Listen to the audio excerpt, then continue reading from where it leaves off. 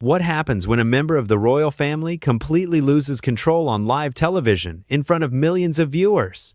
In just 37 seconds, Prince Harry went from honored guest to being escorted off the Today Show set after making shocking comments that left host Savannah Guthrie speechless and the entire studio in complete chaos. The morning started like any other at the Today Show studios in New York City. Savannah Guthrie had her usual coffee, reviewed her notes one final time, and prepared for what everyone expected to be a routine interview with Prince Harry about his latest charitable endeavors. The producers were excited. Having a member of the royal family on the show always meant great ratings and positive publicity for the network. "Good morning. I'm Savannah Guthrie, and you're watching The Today Show," she said with her trademark warm smile as the cameras rolled live across America. "This morning we have a very special guest joining us. Please welcome Prince Harry, Duke of Sussex." The audience applauded politely as Harry walked onto the brightly lit set wearing a crisp navy suit and matching tie. He waved briefly to the crowd before settling into the plush interview chair across from Savannah. Everything seemed perfectly normal at first. "Prince Harry, thank you so much for joining us this morning," Savannah said, maintaining her professional composure and friendly demeanor.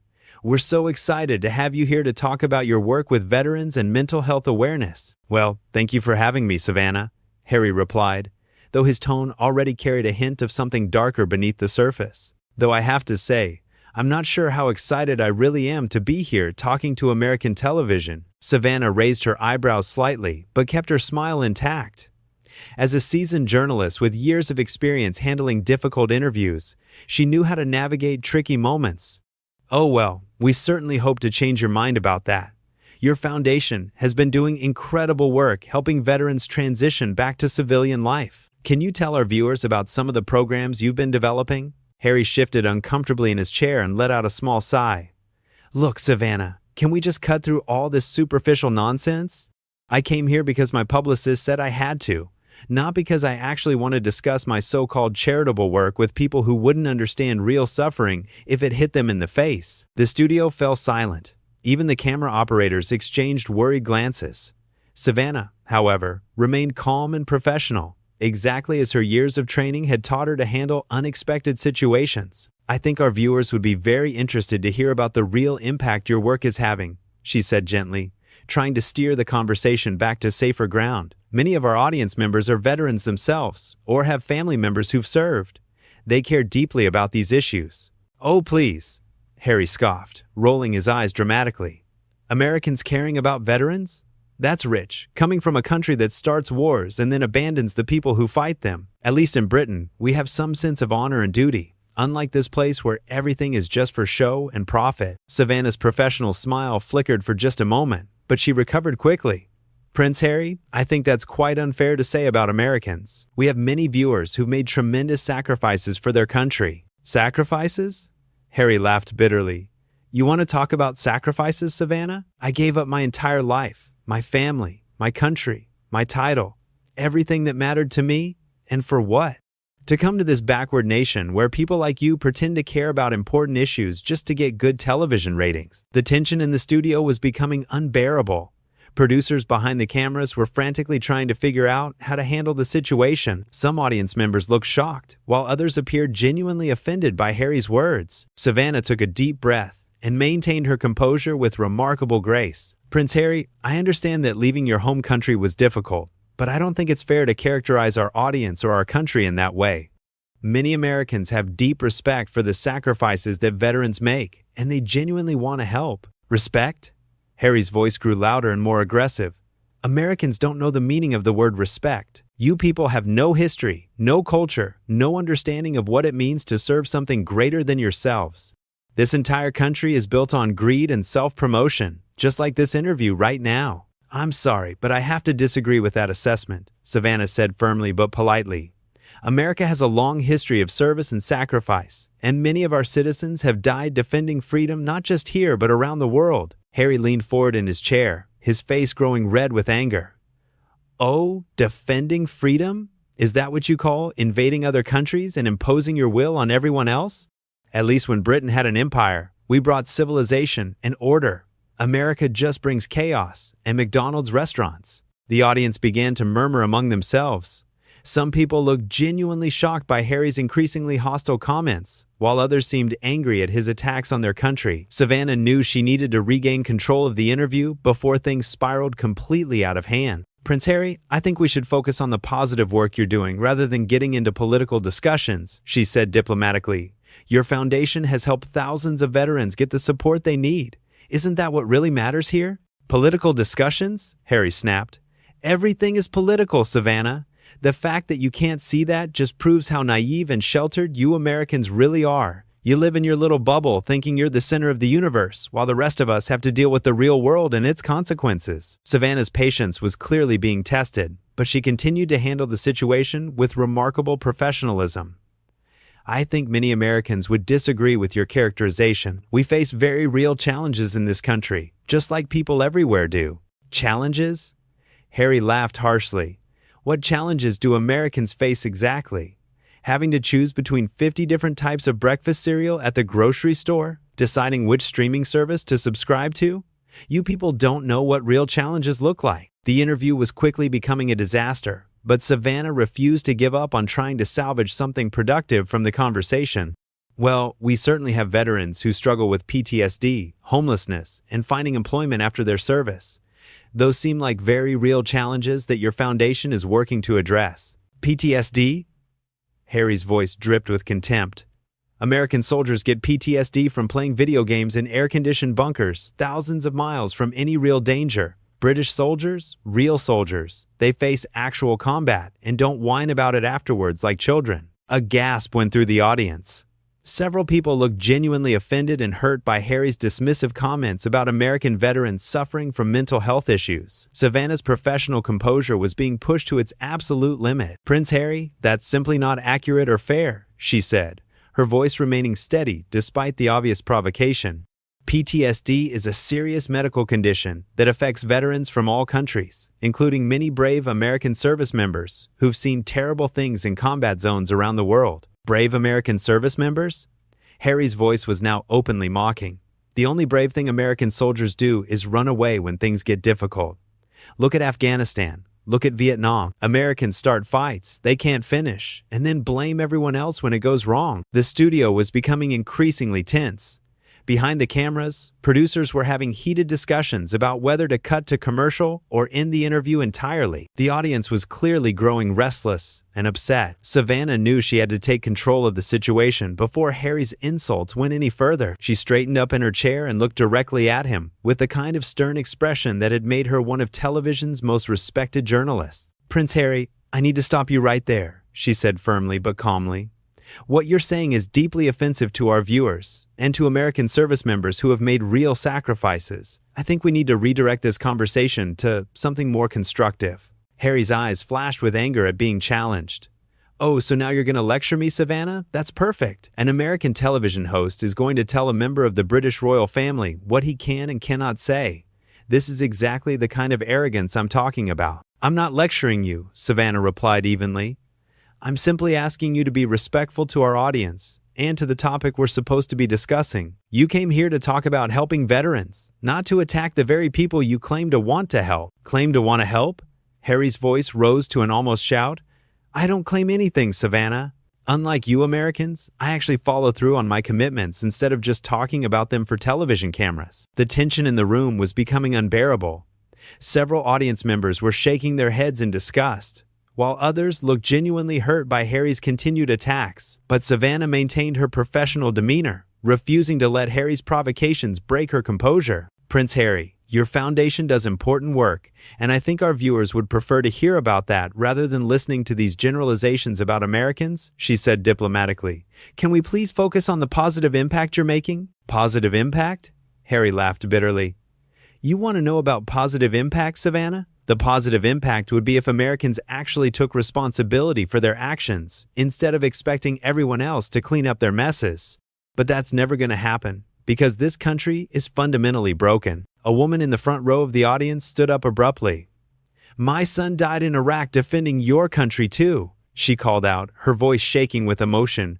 "How dare you say those things about American soldiers?" Harry turned toward the audience with a sneer on his face. "Your son died because American politicians sent him to fight a war they had no business starting. Don't blame me for your government's failures." The woman's face crumpled and she sat back down, clearly devastated by Harry's heartless response. Other audience members began murmuring angrily among themselves. The situation was rapidly spinning out of control. Savannah's professional mask finally began to slip as she witnessed Harry's cruel treatment of a grieving mother. "Prince Harry, that was completely uncalled for. That woman lost her son, and she deserves your respect, not your criticism." Respect? Harry's voice was now dripping with disdain. She deserves to know the truth about why her son really died. He died because Americans are too stupid to understand that the rest of the world doesn't want their so-called help. "That's enough," Savannah said sharply, her patience finally reaching its breaking point. "You're being incredibly disrespectful to a woman who suffered an unimaginable loss. This behavior is unacceptable." Harry's face turned even redder as he realized he was being challenged directly on national television. Unacceptable? You want to know what's unacceptable, Savannah? What's unacceptable is having to sit here and pretend that American television journalism is anything more than entertainment designed to make ignorant people feel better about themselves. "I think you've made your feelings about America very clear," Savannah replied, trying to maintain some semblance of professional control. "But attacking our audience members personally crosses a line that I won't allow on this show." "Oh, you won't allow it?" Harry stood up from his chair suddenly, towering over Savannah with an intimidating presence. "And what exactly are you going to do about it? Have security throw out a member of the royal family? That would certainly make for good television, wouldn't it?" The audience gasped at Harry's threatening posture. Several people looked genuinely frightened by his aggressive behavior. Savannah remained seated but kept her eyes fixed on Harry, refusing to be intimidated. "I'm going to ask you to sit back down and conduct yourself appropriately, or we'll have to end this interview," she said calmly but firmly. "The choice is yours." "End the interview?" Harry laughed harshly. "You can't end this interview, Savannah. I'm Prince Harry. I'm ratings gold for you people. You need me more than I need you, and we both know it." "Actually, Prince Harry, we don't need anyone who treats our audience with such disrespect," Savannah replied with quiet dignity. "Money and ratings aren't worth compromising our values or allowing our viewers to be insulted in their own country." Harry's expression grew even more hostile as he realized that Savannah wasn't going to back down from his intimidation tactics. "Your values? What values exactly?" "The value of pretending that American exceptionalism isn't just thinly veiled imperialism? The value of lying to your audience about how wonderful they are when the whole world knows better? The value of treating people with basic human decency?" Savannah responded firmly. "Something that seems to be foreign to you right now." "Foreign to me?" Harry's voice became dangerously quiet and menacing.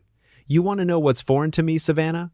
What's foreign to me is sitting in a television studio in a country that has no history, no culture, and no understanding of what it means to be truly civilized, being lectured by someone who wouldn't last 5 minutes in the real world." The insult hung in the air like a poison cloud. The entire studio fell completely silent, except for the hum of the cameras that were still rolling, capturing every moment of Harry's meltdown for millions of viewers across America. Savannah looked up at Harry with a mixture of disappointment and resolve. She had interviewed presidents, world leaders, and celebrities throughout her career, but she had never encountered such deliberate cruelty and disrespect from a guest. Still, she maintained her professional composure even in the face of his personal attack. "Prince Harry, I'm going to give you one last opportunity to apologize to our audience and to conduct yourself with dignity," she said quietly but firmly. "Otherwise, this interview is over." Harry's face twisted into an ugly sneer as he looked down at her from his standing position. "Apologize? To these people? For what, exactly? For telling them the truth about themselves and their pathetic little country?" "I don't think so, Savannah." "Then you've made your choice," Savannah replied, pressing a button on her desk that would alert security. "This interview is finished." "Oh no, it's not finished," Harry snarled, his voice becoming increasingly unhinged. "I'm not done talking yet. You Americans are all the same. You invite someone on your show, pretend to care about what they have to say, and then try to silence them the moment they tell you something you don't want to hear." Several audience members were now standing up and heading for the exits, clearly disgusted by Harry's behavior. Others remained seated but looked genuinely frightened by his escalating aggression. The producers behind the cameras were frantically signaling to each other, trying to decide whether to cut the live feed. "Prince Harry, you need to leave the set immediately," Savannah said with calm authority. "Security is on their way to escort you out." "Security?" Harry laughed maniacally. "You're going to have me removed by security? Do you have any idea who I am? I'm a prince of the British Empire. I've served in combat zones that would make your toughest American soldiers cry like babies. You think your little television security guards scare me? I think you're having some kind of breakdown, Savannah said, with genuine concern in her voice, despite everything Harry had put her through. And I think you need to get help before you do something you'll really regret. Harry's expression became even more twisted and hateful. The only thing I regret, Savannah, is wasting my time in this backwards country, talking to ignorant people like you and your audience of mindless consumers who think they're citizens of the greatest nation on earth, when really they're just products in a giant corporate machine. At that moment, 2 large security guards appeared at the edge of the set and began walking purposefully toward Harry. The cameras continued rolling as the dramatic confrontation reached its climax. "Sir, we need you to come with us," the first security guard said in a calm but authoritative voice. "You're being asked to leave the premises immediately." Harry turned toward the security guards with wild eyes and clenched fists. "Don't you dare touch me.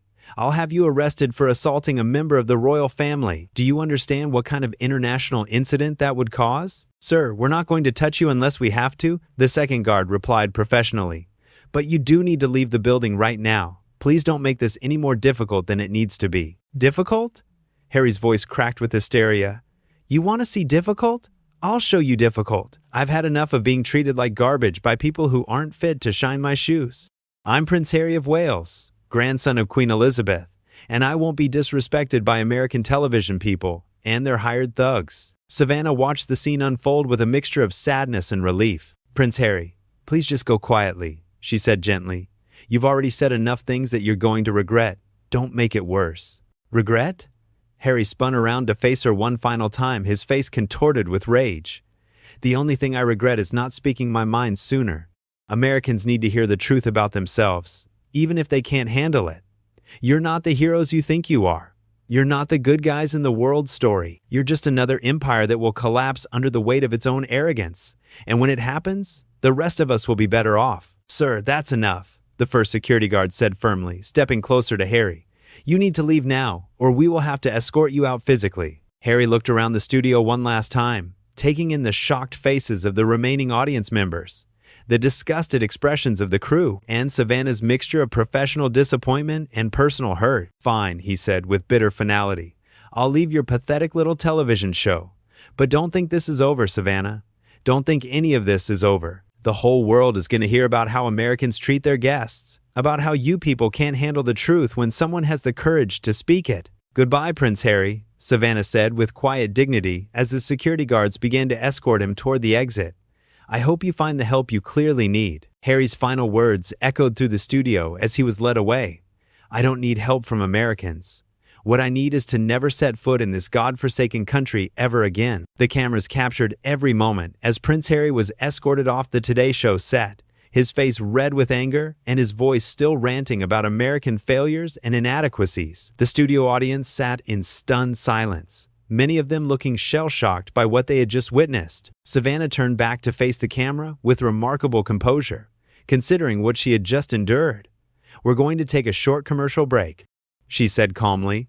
"When we return, we'll have our cooking segment with Chef Maria Gonzalez, who will be showing us how to make delicious breakfast burritos in under 10 minutes. The red recording light on the cameras finally went dark as the show cut to commercial, ending one of the most shocking and uncomfortable interviews in television history. The 37 seconds that began Harry's complete meltdown had turned into nearly 20 minutes of pure television chaos that no one in that studio would ever forget.